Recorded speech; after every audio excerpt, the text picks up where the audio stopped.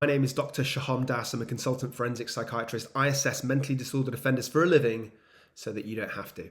Okay, I thought I would do a reaction video to this clip of Jim Carrey talking about his experiences of depression, just because I think there's a lot to say and a lot to learn.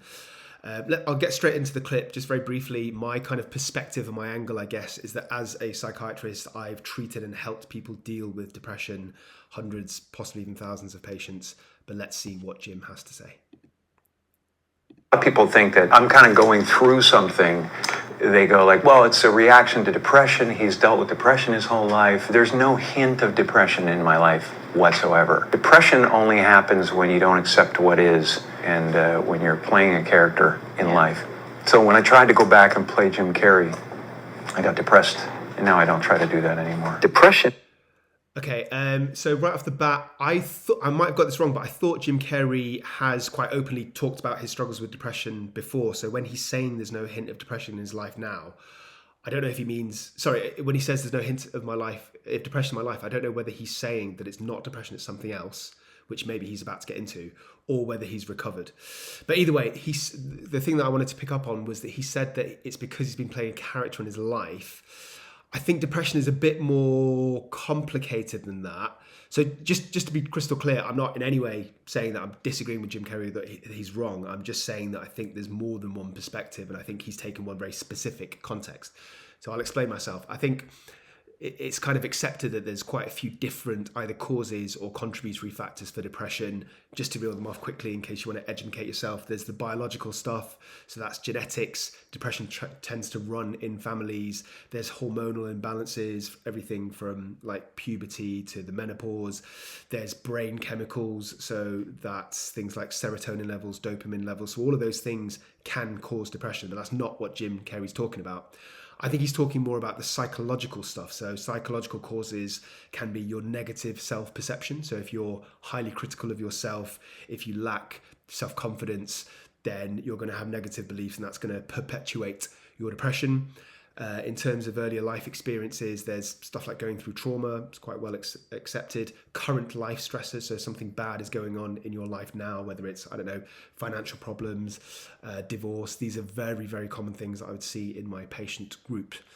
And then there's finally, so that's biological, psychological, and finally social issues. So, loneliness, isolation. So he's talking about playing a character. Let's see what else he's got to say.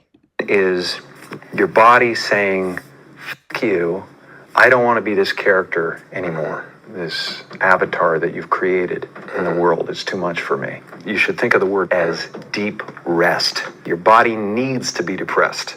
It needs deep rest from the character that you've been trying to play. It's what. Again, I'm not saying I disagree with him, but I think that Jim Carrey is talking about a very specific context that kind of speaks to his life experience, which makes sense. So I think what he's saying is that he's created this kind of persona that's so sort of outrageous and funny and entertaining all the time that he's struggling to live up to expectations. So that, I suppose, would be, well, it's not really biological, is it? It would be psychological, I suppose. It's kind of the opposite of negative thoughts. It's kind of living up to a pressure of being positive and funny all the time. And I suppose it's probably a degree of social isolation as well, not isolated as in sitting in your flat with a lack of energy and motivation that you get depression, not being able to leave, get out of bed, but instead a kind of a social pressure of being this entertainer. And again, I'm not saying, I think this is very specific to what has caused his mood problems, not the average person. Happening right now inside everybody is they're going, "Who am I?" And they're depressed. Everybody walks around and they go like, "Why am I depressed?" Well, it's because you're trying to be something for the world. And as soon as you... I'm just trying to think whether I agree with that. I think that's relevant in some people in some cases. So some people have put too much pressure on themselves, or they might even lack either the insight to know they're depressed, or probably more commonly have this, because of the stigma, they have this kind of protective layer of embarrassment or even shame to admit they've got mental health problems, or admit that they're struggling, or admit that they're depressed. So, for example, say you're in a high-powered job, or you're struggling to be a mother or a father, and it's really bothering you and you're not functioning at that high level, then because you're putting out something, the projection of somebody who's able to cope into the world, your depression is caused by the fact that you can't live up to those expectations. So, I mean, that's not the same as Jim Carrey being an amusing character, but I think it's something we can all relate to. So I think that's one of many potential factors for depression. It's not that common in the patients that I see, or it might be a background cause in the patients that I see, but it tends to be something a bit more tangible. So it tends to be, very serious, stressful life events or very serious trauma. But I also fully accept that that's probably because of the patient groups that I see, the patients who are at a level where they've deteriorated so much they need medical help, like hospital admission, like antidepressants. So I guess what I'm saying is I'm not invalidating what Jim Carrey is going through. It's just not that common in those kind of high-risk patients. Anything else, Jim? Let that go.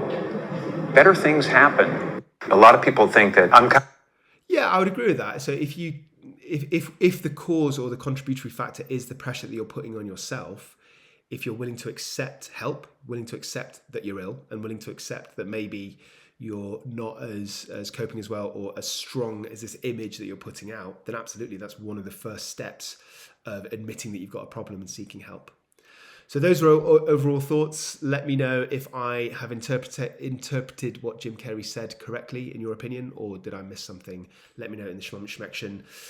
Go check out my YouTube channel, Psych for Sore Minds, other videos. I've got a smorgasbord of topics related to just pure mental health, like this one, sometimes to do with offending or crime, because I specialize in offenders, and sometimes the crossover between the two. That's it. Peace out.